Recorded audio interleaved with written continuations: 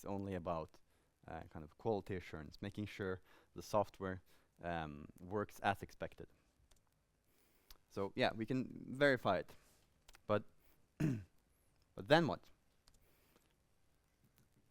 I think we can benefit from testing in more ways than just verifying that it works. And I'm gonna go through kind of what I think testing software does to us as developers. So I think testing makes us better. So first of all, testing is intrusive, and I know that sounds bad,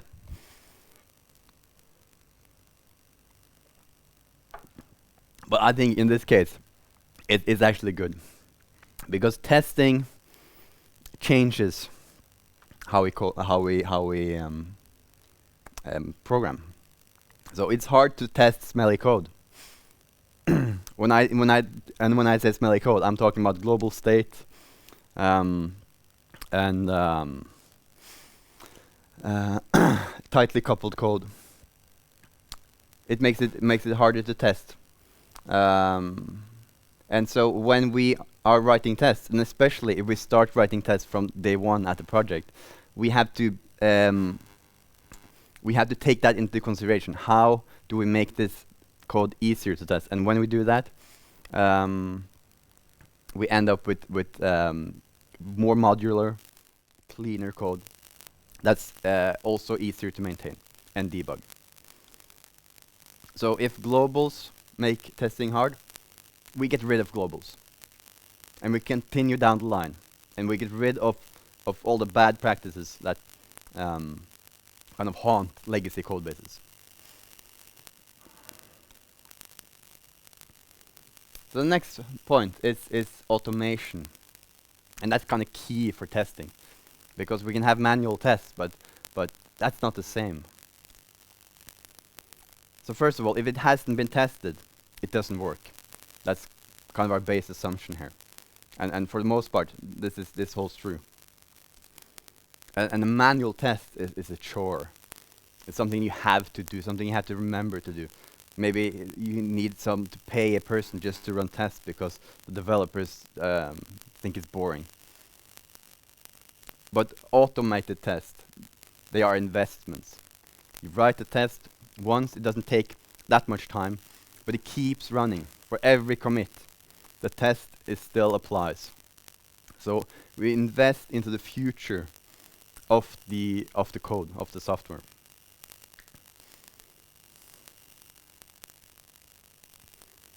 Testing is a great aid for debugging, because when we have a good testing framework in place and we discover a bug, we can go back to the tests. We can reproduce the bug in the test environment, and when we have it kind of cornered in this safe sandbox, it's much easier to figure out what's going on here. And we can add a new failing test that catches the bug. And now fixing the bug is easy. We just fix the test, and the bug is gone. When you're trying to debug something in a big product out in the field, you can spend days and weeks trying to figure out what's going on, and having the tests in place allows us to kind of pinpoint and focus on the specific part. Because when we have to consider the whole system, it's a lot harder to know what's going on. They come back to how testing makes us write better software, because the testing makes the software uncoupled, modular, and clean, and that allows for better debugging experience. Okay, so I'm just going to summarize here. Why do we test?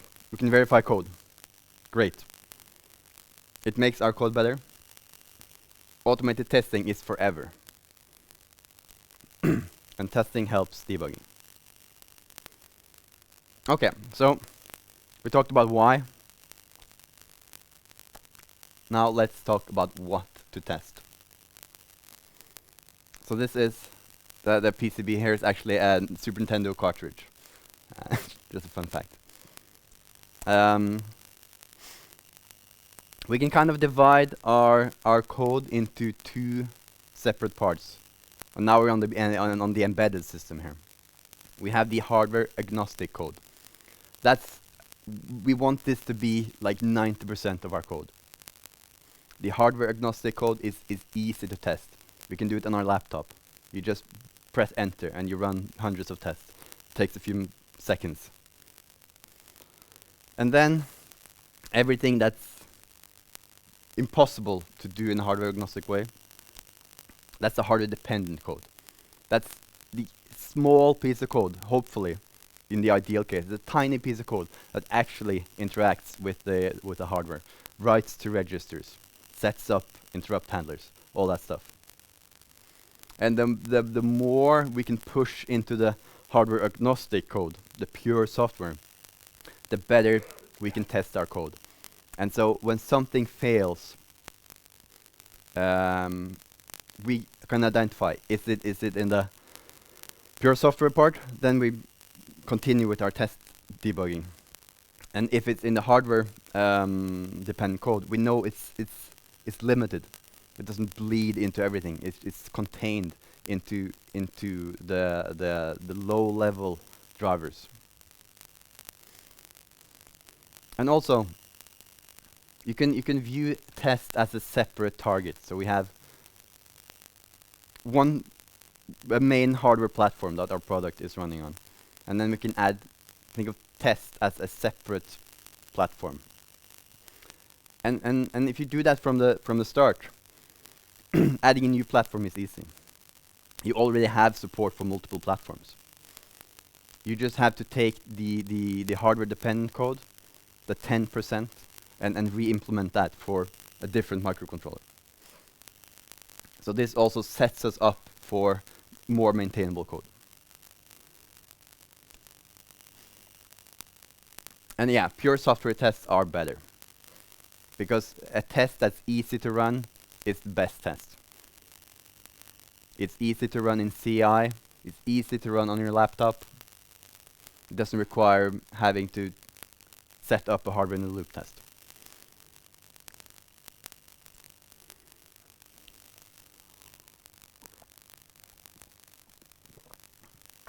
When testing, it's common to divide into multiple levels. I guess you're all familiar with the unit test, the integration test, and the system test. And and my focus here today is on the unit test. And I'm gonna talk a bit about the other ones and why I don't think they are as important as the unit test. Because the unit test allows us to test each piece in isolation. And because we're testing it in isolation, it's easy to do the comprehensive testing all the cases. Because once we start stitching things together, we get this explosion of different combinations and different edge cases. And it's very hard to test those on the higher level to test all the cases. But if we can if we can write good unit tests, then we have a good kind of, you have more control. We know what to expect. We have covered all the cases, and there are fewer surprises.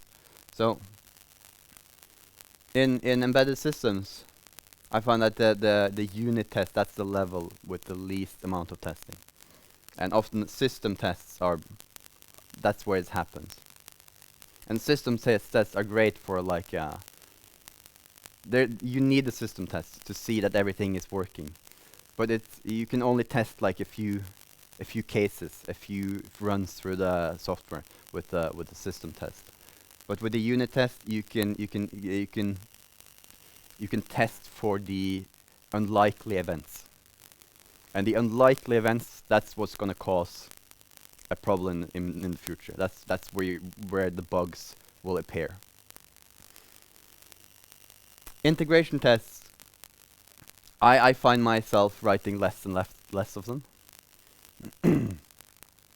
if the code is modular and clean, and you have good unit tests, especially in Rust, with the fearless refactoring, as Helge Penne just talked about.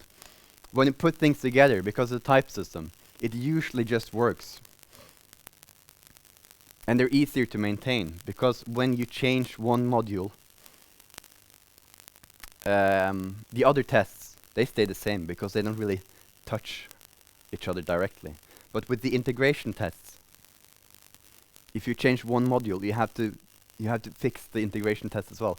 It becomes more of a burden to maintain the integration tests than the unit tests, at least in my opinion, my experience. So for system tests, I think the most important thing there is just to have a system test. In your pipeline, there should be some physical hardware that runs the software and does some basic sanity checking. And if there is a software update mechanism, and there should be, you should test that. That should be the focus of the system test. Test the software update thoroughly, from version A to B, A to C, B to C. But apart from that, don't spend too much time on the system test and the integration test. The unit test, that's where you should put most of your focus. So we're going to talk about units, because what is a unit? The function is a unit, but it's not the only one. We have many more units, and we can kind of break stuff that we don't think of as units into a unit. So these are the units I consider to be important for embedded systems. You have functions, and you have state machines.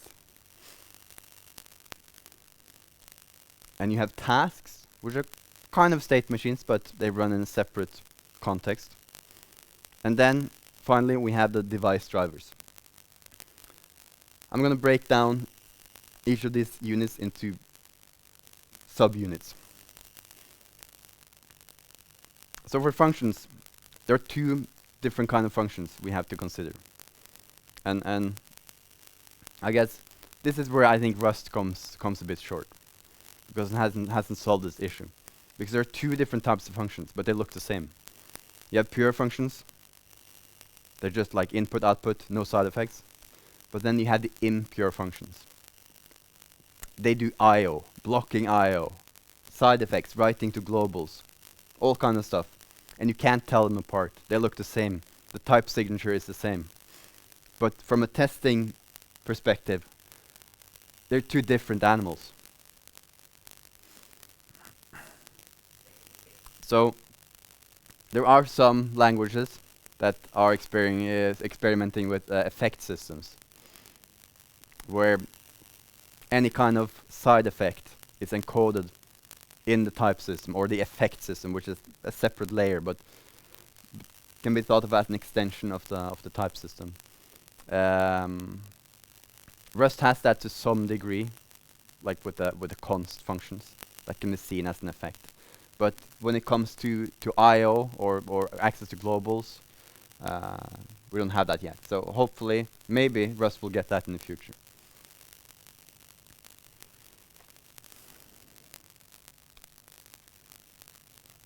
State machines, very popular in embedded systems. We have an object holds some internal state. You can take input, modify state, return output. But there's many ways to model this. I tend to favor the simple approach of just having a struct with methods and say this is a state machine. It's more integrated into the language, and it does more or less what you need for a state machine. So I find it useful to model, to use state machines to implement things that would normally be I/O bound. You implement it as a pure state machine, and then you can wrap the state machine to do the actual I/O. Then you can test the state machine in isolation. We'll get back to this later with how we're going to test device drivers.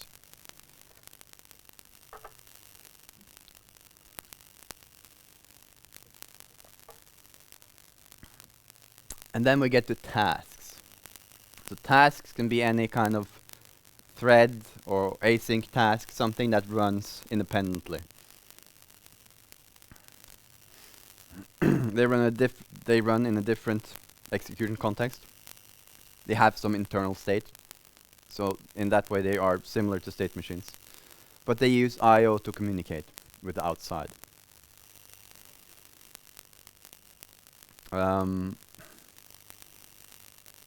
Tasks are challenging to test because of this. But I have a method that I use that I will show you. And finally, we come to the device drivers. And here's we can make another distinction. We have the low-level stuff tied to hardware. This is the 10% or even less that of our embedded code that actually is hardware dependent. It has to be, because it talks directly to the controller. But often we have high-level drivers as well. Let's say an EEPROM. It doesn't need to know the details of I2C. It just needs to know that it can read and write. So we can write our EEPROM or our high-level drivers in pure software and easily test them without the hardware. Okay. How do we test? I'm gonna present a fictional embedded application to use as a starting point.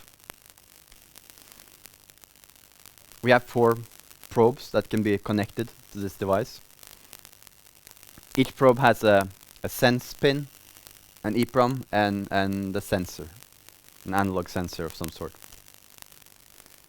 When the probe is connected, we read the EEPROM to get some information about the probe, and then configure the ADC based on the probe EEPROM to get samples from it. And we sample this data and send it over Ethernet to some other device. And here we have all the pieces I've talked about previously. So you can break down the application. You have 2 tasks, one probe task that handles the probe connect and disconnect, reading the EEPROM, configuring the ADC. And you have different tasks that just shuffles data from the ADC to the USB, now the Ethernet. So we're gonna look at the probe task. It listens for probe connect, reads the EEPROM. We add a small delay to allow the EEPROM to be powered up, and then reads it and configures the ADC. And that data task shuffles data, but we're not gonna look at the details of that. So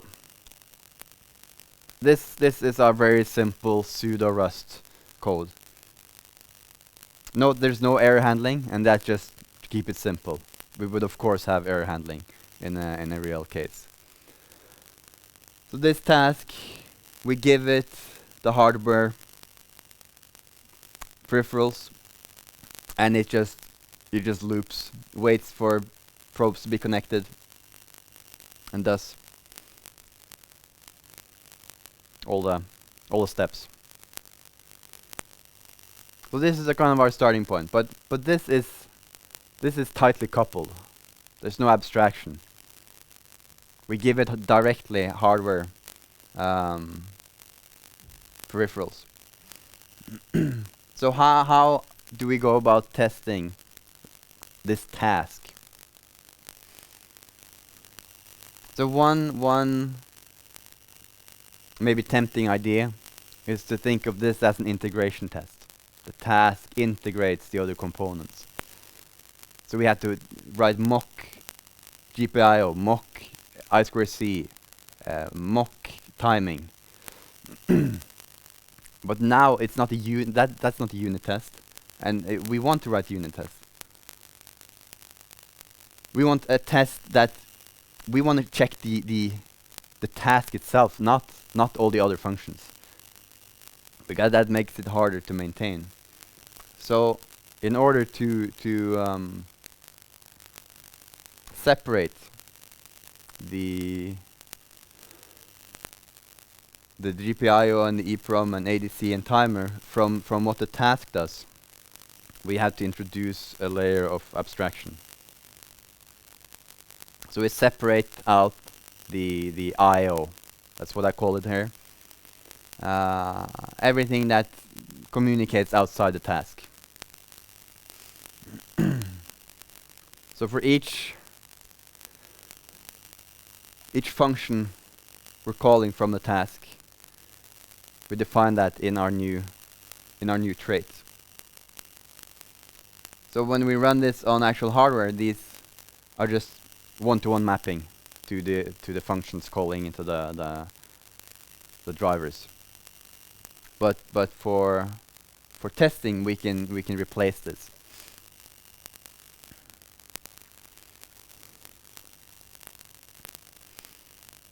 And I don't know if many of you went to the meetup, the C++ meetup yesterday, talking about C++ and no silver bullet. In this case, I think this is a silver bullet, because with the when we're using traits in Rust, there's no dynamic dispatch. There's no vtables. When we compile this down to our target, there's no difference in code. The generated code, with and without the trait in between, will be the same.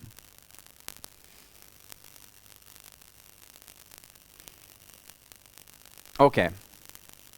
So what we could do to test our task is to kind of hold some kind of state representing the EEPROM and the sense signal and the configuration. We could do this, but we're not going to do this because state gets out of hand. It's hard to maintain.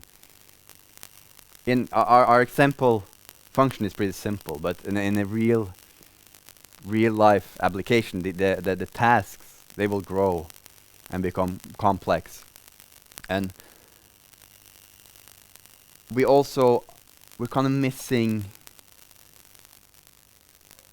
We don't only want to test the state that results from the task running. We wanna test what happens when.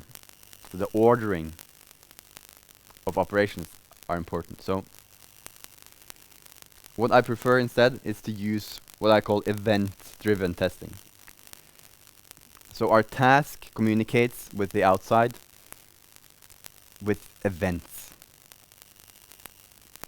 So I'm going to show you how you can, just a sketch of how I do it. It's not a full example because it gets quickly too much, but just to give you an idea. So we start with defining an event for each of the operations. So these are just the same operations as we saw here in the trait, represented as an enum instead. So for each operation we have a variant, and we use channels to communicate back the return value of that event. So how it works is that when we call in our task, when you call a function, that sends an event to the test code. The test code handles that event and sends the return value back. That's the return value used by the function. So for the wait for probe, it returns a probe idea. So then we can send a probe idea back to the task from the test code. Sleep, it takes a duration, and returns nothing. So we just use the unit type to signify that we return nothing. We could also not have any kind of communication back that we are done handling the function, but I find that it's good to control the execution of the task. So we at every given point in the test, we kind of know where the task is at and what's going on. And so on. We have one variant for each function. So let's try to see how this would look, what this would look like in an actual case. So we're gonna go through some of the steps testing this task. So first, we're in the test function. The test function starts the task in a separate thread. On the target system, it'll be a task running in some kind of RTOS, maybe in async, doesn't matter. But in our test environment, we're just going to use the standard library. So if it's blocking I/O, we use a thread. If it's async, we'll use Tokyo. And the first thing the task does, it comes to one of these functions from the trait, and then it sends an event. So we have, I omitted this here, but we have a channel between the test function and the task where all the events are going. So we send an event, and then in the test function we receive that event. So in the test function we can say we are expecting the wait for probe event to come now, and we handle that event. In the event we get the return channel. So we have separate communication for we have one channel for the events, and we use a separate, like, one time only channel for the return statement. It makes makes it easier to handle because we don't have to specify return types in the event. We don't have to combine the return types in a large enum, but we can handle the return types on a per event basis. Do we send the probe ID back, and that can be any probe ID. We decide. And the task receives the probe ID and moves on with the code. As long as we are handling the event, the task doesn't do anything. It's waiting. So from the test, we are controlling the task execution. And then the task moves on and sends the sleep event. The sleep event contains an argument, a duration of the sleep. So in our test code, we get the sleep event and we check, is the duration correct? Is this value what I expect it to be? And then we go on and send the empty return statement. That's received in the test code. So for this toy example, it might seem a bit excessive to have this whole infrastructure just for doing very simple stuff. But if we have a real life actual function, this kind of testing will catch all. It will make it possible to test all the different cases that can occur in the task. So we omitted error handling here, but let's say that we had error handling. So any of these operations could return error. And now it's super easy for us to test those errors, because we can give any return value to any of these functions. And we can see what does the task do if it handles an error, if it receives an error. Maybe if there's an error, we just want to log the error and then move on. Then we can add a log function here. And we can have a separate log event and check, oh, if you receive this error, did you generate the correct log message? And we can verify that.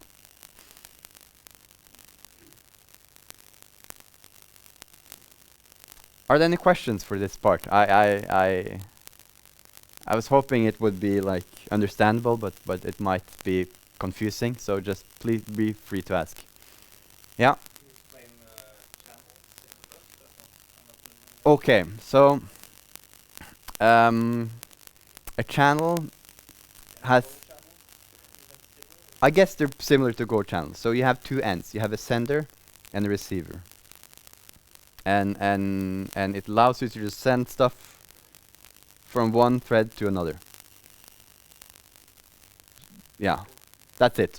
That's it. They're very useful, and especially for in a testing environment, it's super easy to just create a new channel.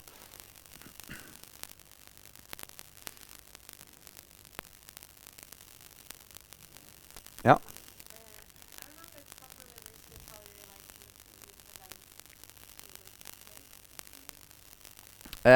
Okay, yeah. I kind of. So we have a separate. We have an implementation of this trait, and all it does when you call wait for probe, it just sends a wait for probe event. That's the whole implementation of the trait, and so that all the handling of is done in the test code.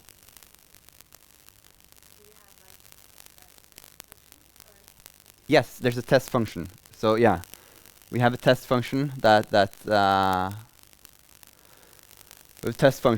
starts the tasks and handles everything. Was there another hand?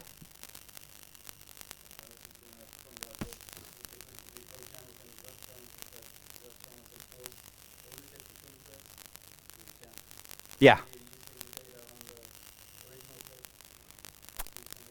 Yeah, that's true. So most you could send references over a channel, but most of the time you send own types and they are consumed when you send them. And also there's error handling built in, so when one of the ends of the channel closes, you get an error on the other side. So whereas in Go, I think if you have a drop channel, it'll just like hang forever if you try to send something on it. I might be mistaken there, but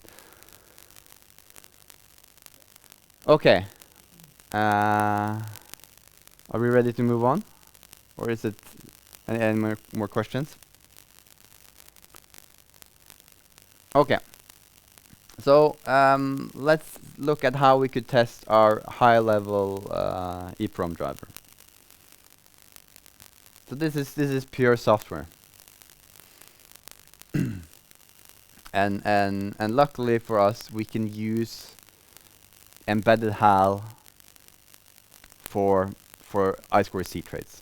So in the Rust embedded ecosystem, there's a working group, and they have created lots of low-level hardware abstractions for us. So you have GPIOs and I2C, SPI.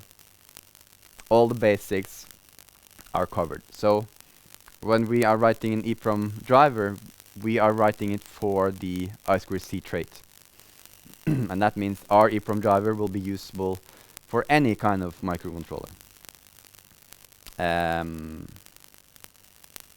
So here's the definition of the I2C trait. It has a transaction function. That's all we have to implement. Given an address and a list of read and write operations. And so when we are writing our EEPROM driver, that's all we need to interact with the I2C hardware or the I2C mock for testing. We can send and receive data. That's all we need. So we create this EEPROM struct. that holds the a generic type that implements this I2C trait. This is how we can structure our driver. And then on this EEPROM struct, we can implement all the functions that we want. Read bytes from EEPROM, clear page, write bytes. And for testing this, we can kind of use an approach similar to the how we test a task. We can have an event-driven testing, where we could run the EEPROM code in a separate thread and then interact with the events. So we have an events for each transaction. You have an event. So when the EEPROM tries to write some information into the EEPROM, you get an event with the address and the payload. And when you try to read, you get first a read, first a write of the address, and then a read of the payload.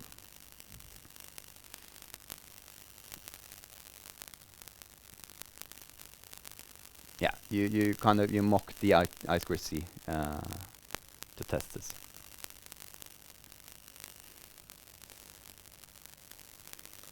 And then we come to the really juicy part.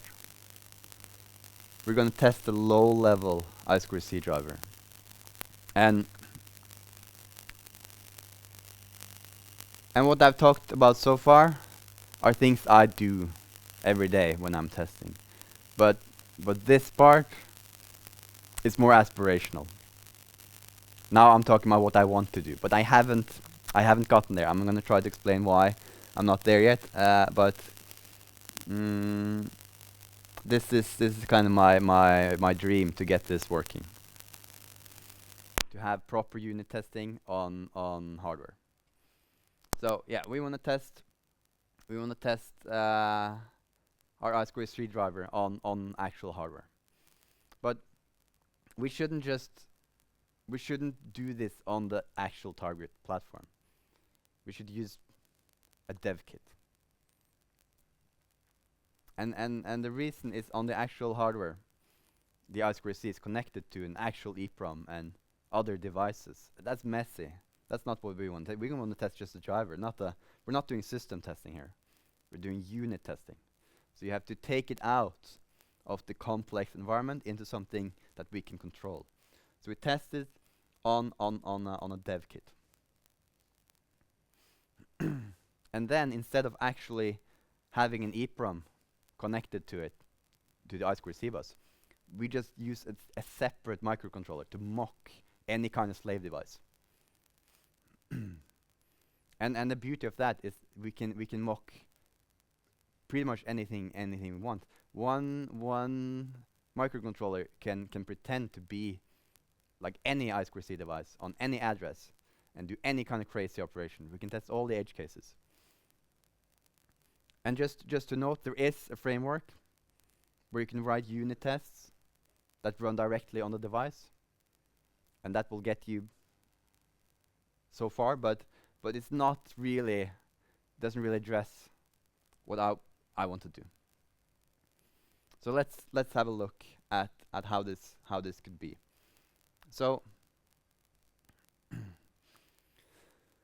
the host runs the tests, and it's connected to our target, the dev kit, running on the target microcontroller. And then we have this mock device as a separate microcontroller. And this should, of course, be something that's well known with function driver already. We don't want to have to write that driver as well. And then we communicate over RTT. So if you don't know what RTT is, it's the Segger communication channel through the debug probe. So you write to a special buffer, and then the JLink can read directly from that buffer. And you can communicate both ways, and you can have multiple channels. So Most people use it just for logging, but you can do much more. So the host would then be able to control both ends directly. Do remote procedure calls over RTT into these devices. So let's say we want to test just like basic I2C reading. So on the target we do the read, and then on the mock device we say, I pretend to be a slave, I'm available on this address, and once someone reads, here's some bytes. And then we just check, did we receive the bytes on the target? The idea here is this should be like super flexible, and we should be able to do everything here. And we can test like weird edge cases. We can test clock stretching, because we control the other end. And that'd be very hard to do with a real device. And there's a library called probe RS that can be used to control the debug probes. It's often you use it on the command line to run stuff on a embedded system, but it's actually a library, so you can do everything from Rust code. And then you could add an additional RTT channel, and you get the debug prints. So there's some challenges to achieving this this dream. Is that you have to actually compile 3 binaries for this to work, for the target and the mock device and the host running the actual tests. So just setting that up with a simple cargo test command, not quite 100% sure how to do it, but I think it should be possible to kind of swap out the normal test runner with a custom test runner and achieve this. And there's also no like what I would like is to have an super easy way to defining a remote procedure call interface in Rust. Just some kind of macro that just handles all the details. So you would ideally just define a trait and then add some kind of attribute macro on that, and then you would get out a fully functioning remote procedure call interface that can run on both ends. If you had that, it would be quite easy to set up these tests. So I'm just throwing this out there. This is my dream. If anyone else is interested, please tell me, and we can start building something. Okay. Now we're at the end. Let's do a summary here. Testing is good for you. So you should do it. You should do it more.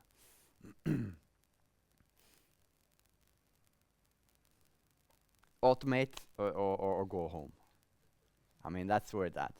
Manual testing is yeah.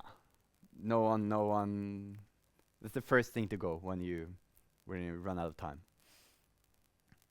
Yeah, software tests are just quicker. So more software tests, fewer hardware tests. You test the hardware when you have to. And make your test event driven when you can. Avoid like complicated state.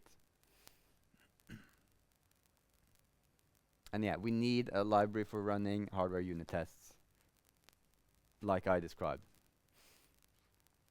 That would really complete the circle, allowing us to unit test every single component in a product.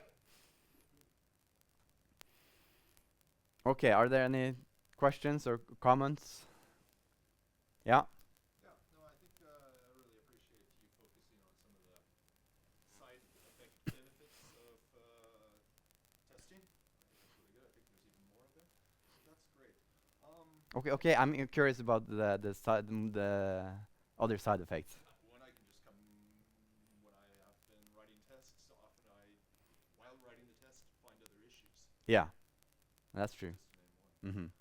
But I'm a little bit concerned about how you're setting unit tests up against system tests, or maybe we could say end-to-end tests. Mm-hmm. I'm sitting next to somebody who makes remarkable things, a former colleague that makes big reverse vending machines. I work for a company that makes video conferencing devices, and one thing I think with end-to-end tests are that you can focus on the customer experience, the things that maybe are important to ensure that things work for your end customers. Do you think that you can do everything in unit tests, or do the most of everything in unit tests? I understand like the things with stretching time and all that, that's beautiful, you should do it, but do you really feel that we should deprioritize end-to-end tests for unit tests? So I come from this as an embedded software developer. So I also work in embedded. yeah, I did rarely deal with the kind of user experience. So I might be biased, but I think, of course, you need you need the system testing, but I think we can move a lot more down into the unit level of testing. Um, let's say, so something I have written tests for. I've made a command line interface to a product. Simple. You can get the terminal and you can write commands. And I've written tests for the whole command line interface. So every command is tested so that you get the correct output when you enter that command. And that's kind of a user experience. And that's at the unit level where I test this. So I think it's possible to take those things that might be seen as system level and push them down. It requires some creativity in how you structure the code and tests, but it is doable. When it comes to graphical user interfaces, I haven't worked on that, but I'm sure it's possible to even do unit testing on that. And the benefit then is that the testing is just so much easier to perform. And when something doesn't work, it's so much easier to fix. Whereas when you have it on a system level, just running the test might require like an actual person seeing that things are as expected. Uh, Hopefully not. You can automate the system test as well. But when something doesn't work in a big, complex piece of software, going about fixing that quickly becomes not like a few hours, but like weeks. So I think this, if it's possible. So I guess if you can do it as a unit test, do it as a unit test, and the rest you can have on the system level. Yeah. When you run unit tests, is it possible to get access to this unit test from higher level, system level, so you can reuse them in the stack? I prefer not to, Okay. because then you have a dependency. So so because that's kind of an I would see that as kind of an integration test where you kind of combine more elements into a big one, but then you have this the integration test will then depend on the implementation details and the test implementation details of all the separate unit tests, So you're stuck in your and it becomes a burden to maintain, because every time you make a modification you have to change two places now, and the integration tests are always more difficult to handle. They're always more brittle. Yeah. Yeah. So if I understood correctly, you use basically event-driven tests to be able to validate what you give to your interface, and you have control of what you return from your interface. Yes. But to me, that sounds like a mock, right? I mean, in a mock, you would also have some tools like Google Mock that generates the mocks for you, or you can make some mocks, and then you can have some expected return. But Yeah, you yeah. validate. I mean, it's nothing revolutionary here. It's just But then my question is, do you see still any advantage of using event test-driven as opposed to mock? well, I think the mock testing kind of is an umbrella term that includes both the event-driven and the stateful testing. So mock is fine. My problem is with the state-driven testing. So if there's some kind of state, it becomes unmanageable. So just drop that and just do everything in events. Yeah. And then my second question is about your dream. Yeah. I mean, if you're still going to mock something, why using the target after all? Why not just do everything on both? I don't understand why you want to. Because I want to test the actual hardware driver. I'm mocking the slave device. Okay, But I'm not testing the slave device. I'm testing the I2C driver. okay, but you can also cross-compile this accuracy driver to x86 and then on your PC. Yeah, but I don't have access to the I2C controller on my x86 laptop. No, but you have a mock for it. Yeah, but the mock only tests the mock doesn't test the hardware details. So in order to test the actual hardware, let's say so I have my I2C driver, and I want to use DMA. And so I hook up the I2C peripheral and the DMA peripheral, and I get interrupts and everything. I want to test that part, and I can't test that with the mock because the mock doesn't behave like a microcontroller. When we are mocking, we're not testing the mock. We're testing the thing on top. In your example, you are also testing against the mock microcontroller. Yes. So if we, You have a mock device. I mean, we have for the EEPROM, for the high-level drivers, it's fine. We can do this against the I2C mock because we're not testing the I2C. We're testing the EEPROM driver. But when we're testing the I2C driver, we can't mock the microcontroller. So we have to test that on hardware. We could mock the I2C controller, and some people have tried to do that, but I'm not sure if it's worth the effort to re-implement the I2C controller in software. It is a kind of complicated task. Instead, we could just try to get this unit test running on the actual hardware, and then we will catch, maybe there's some kind of weird bug in the I2C controller. We'll catch that as well. Can you go to the next slide? Because then I don't understand the next one where you have your this one. Yeah. What's this mock device? So this is the slave. This is the I2C slave. Yeah.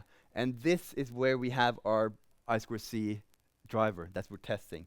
So we're not testing the slave. The slave is just so that we can test many different cases here. Yes, that's a separate microcontroller that acts as an I2C slave, and that we control. It's not a software mode. This is a physical device, and this is a physical device, and this is our host system. Yeah. Yeah. I just want to comment on custom runners. You can actually run that assembly tests in the browser using a custom test runner. Okay, that's cool. Test UI using the actual DOM. It's on the opposite end of what you're talking about, but still the same thing. Yeah, definitely. Well, that's good news for me because then means I can probably get away with this. Okay, any more questions?